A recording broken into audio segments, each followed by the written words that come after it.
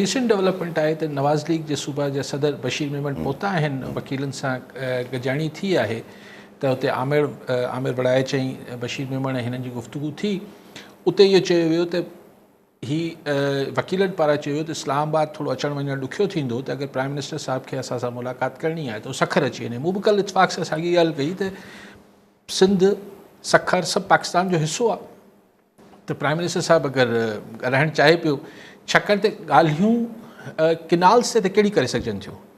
मूं कल्ह बि इहा गुज़ारिश कई पई ऐं अॼु घणे भाङे दोस्त इहा ई ॻाल्हि कनि पिया जिन्हनि खे राणा सनाउल्ला ॻाल्हियुनि जी दावत ॾिनी हुई सभु इहो ई चवनि पिया त ॻाल्हियूं त कुझु ॾे वठि थींदी आहे। सो किनाल्स इज़ नॉट अ नेगोशिएबल हिकिड़ी का हुते को मुज़ाकरात या डायलॉग नथो करे सघिजे। किनाल्स त नथा ठही सघनि। इहो अगरि फेस सेविंग खपे त छो न प्राइम मिनिस्टर साहिब सां मिली वठे ऐं अगरि सखर अचनि त वधीक जेस्चर ॾियणु खपे वज़ीर आज़म खे त हू सिंध खे बि पंहिंजो ई सम्झे थो ऐं अची ऐलान करे छॾे त केनाल कोन ठहंदा।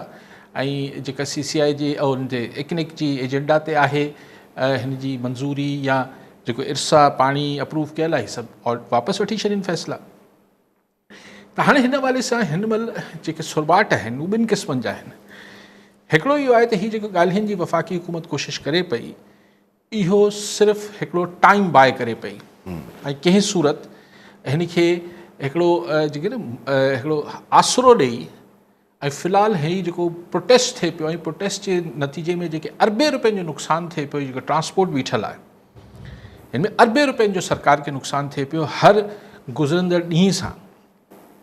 त इहो कंहिं सूरत खोलराइजे ऐं पोइ हिनखे चए ठीकु आहे भाउ को चए थो 6 महीननि लाइ या रिथा मुलतवी करे छॾिजे को चए थो 1 साल लाइ मुलतवी करे छॾिजे पर सिंध खे इहा ॻाल्हि इहो ऐलान क़ाबिल क़बूल न थींदो त साईं जेसि ताईं साल लाइ मुलतवी करे छॾियोसीं जेसि ताईं इतफ़ाक़ राय न थिए। इतफ़ाक़ राय वारो रिंगट या लॉलीपॉप सिंध जे माण्हुनि खे किनाल जे हवाले सां एक्सेप्टेबल क़बूल न पवंदो। हाणे ॿियो सो हिकिड़ो इहो हले थो त हीअ जेका कोशिशि आहे अॼु मूं अख़बार में पढ़ियो पियो त प्राइम मिनिस्टर या राणा सनाउल्ला कोशिशि करे पियो त हिकिड़ी ऑल पार्टीज़ कॉन्फ्रेंस थी वञे। ऑल पार्टीज़ कॉन्फ्रेंस में त उहे शयूं डिस्कस थींदियूं आहिनि हिकिड़ो इतफ़ाक़ राय ठाहिण लाइ थींदियूं आहिनि। MQM बि चवे थी हा MQM ज़ाहिर उहा ॿोली ॻाल्हाईंदी जेका ज़ाहिर MQM पाकिस्तान त वीचारी ईअं ई आहे त हाणे APC जो मतिलबु त हूंदो आहे त समूरी पार्टियुनि वटि को अलॻि अलॻि मौक़ुफ़ हुजे ऐं हुते इतफ़ाक़ राय थी वञे। हिते सिंध जी त समूरी पार्टियुनि जो हिकिड़ो ई मौक़ुफ़ आहे त हिते मुज़ाकरात छा जाॻा ऐं नवाज़ लीग ऐं पंजाब हुकूमत जो हिकिड़ो मौक़ुफ़ आहे। सो ॻाल्हि त 2 धुरियुनि जी ई आहे। सिंध जी समूरी पार्टियूं ऐं माण्हू हिकिड़े पासे आहिनि ऐं पंजाब हुकूमत ऐं फेडरल हुकूमत हिकिड़े पासे आहिनि। सो 2 धुरियूं आहिनि त हिन में APC जो बि को मंतक नथी ठहे।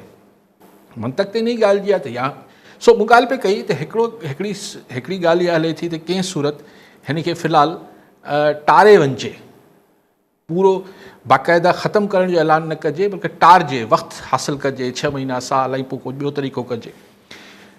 ॿी हिकिड़ी जेका हलनि थियूं ख़बरूं त न हाणे वफ़ाक़ी सरकार ज़रे घटि ज़हन ठाहे वरितो आहे त हिन खे कैनाल्स जो वापसि वठिजे। इहो अञा ॻाल्हियूं आहिनि लेकिन इहो ऐलान छो न पई करे वफ़ाक़ी सरकार हिन में कहिड़ी सो उनजो हिकिड़ो ई जवाबु सम्झ में अचे थो त हुनखे फेस सेविंग खपे। हाणे प्राइम मिनिस्टर टर्की मां अचे पोइ ॾिसूं त हू लेकिन इहो बि वॾी बहस आहे इस्लामाबाद में ऐं ख़ुदि कराची में इहे वॾी इक़्तिदारी हल्कनि में बहस आहे त अगरि प्राइम मिनिस्टर इहो ऐलान करे त ठीकु आहे नथा ठाहियूं त इहे कंहिंजे साम्हूं करे। यस एग्ज़ैक्टली छा पीपल्स पार्टी खे क्रेडिट ॾिजे या पीपल्स पार्टी खां सवाइ जेके धुरियूं आहिनि ऐं उहे 2 धुरियूं आहिनि।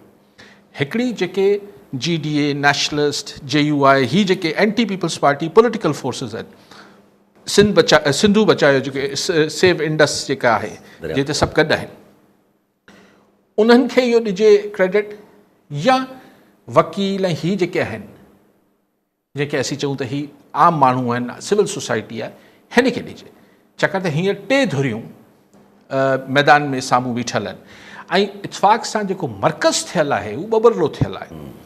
बाक़ी धुरियूं पंहिंजे मुंहुं कनि पियूं ऐं आम माण्हू पंहिंजे मुंहुं कनि पिया लेकिन जेको मर्कज़ ठही वियो आहे उहो ॿबरलो ठही वियो आहे ऐं ॿबरलो में जेको मरकज़ी हैसियत हासिल करे वेठा आहिनि हू सिविल सोसाइटी वारा वकील साहिबान ही बीठा आहिनि।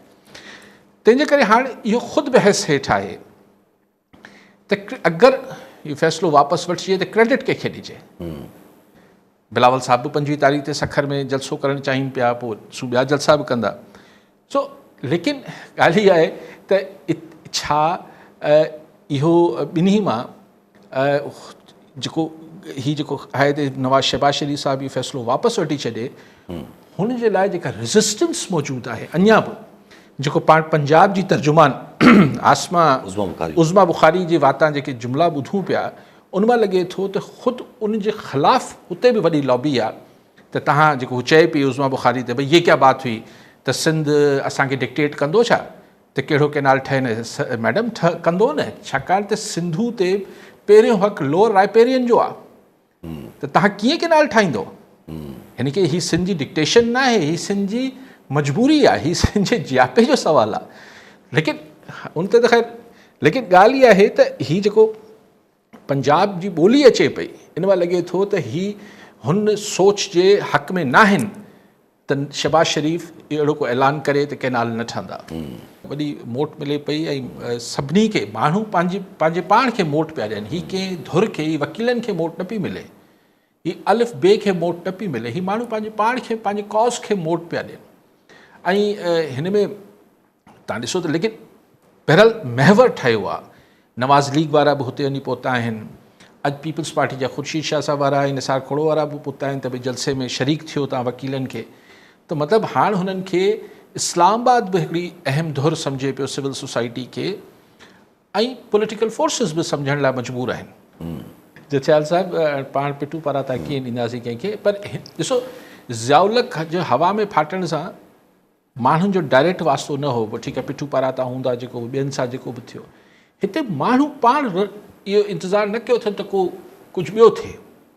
माण्हू हुकुमराननि ख़िलाफ़ु, रूलिंग एलीट अशराफिया जे ख़िलाफ़ु पाण निकिता आहिनि। इहो मतिलबु हिन जे जेतिरी हिन ते त के जॾहिं हिननि मामलनि मां निकिरंदासीं त हिते पाण तफ़सील सां ॻाल्हाईंदासीं त हीअ सोसाइटी पंहिंजो हिकिड़ो रीडिफाइन कयो आहे। सिंध जी सोसाइटी पंहिंजे पाण खे री एक्सप्लोर कयो आहे, पंहिंजे पाण जी हिकिड़ी नई सुञाणप ऐं नई शनाख़्त सिंध जी सोसाइटी पाण खे ॾिनी आहे। हिकु मामूली ॻाल्हि न आहे। भले हाणे चइजे न साईं हाणे असीं सिंध जा आहियूं तंहिंजे करे वधाए चढ़ाए पेश पिया कयूं। यकीन कयो, मतिलबु इहो भला पाकिस्तान में किथे मूंखे इहो थींदे ॾेखारे छॾियो त कंहिं प्लेटफॉर्म, कंहिं सियासी धुर, कंहिं समाजी धुर मतिलबु जेको असरु रखंदी हुजे, उन खां सवाइ बसि हिकिड़ो इको साउंड सिस्टम वठिणो आहे, हिकिड़ी गाॾी रखणी आहे, माण्हू ईअं हज़ारनि में निकिरी पवनि। दिस इज़ हीअ को मामूली ॻाल्हि न आहे। लेकिन तफ़सील सां पोइ मुस्तक़िल काफ़ी ॻाल्हायो आहे, ॻाल्हाईंदा ईंदासीं।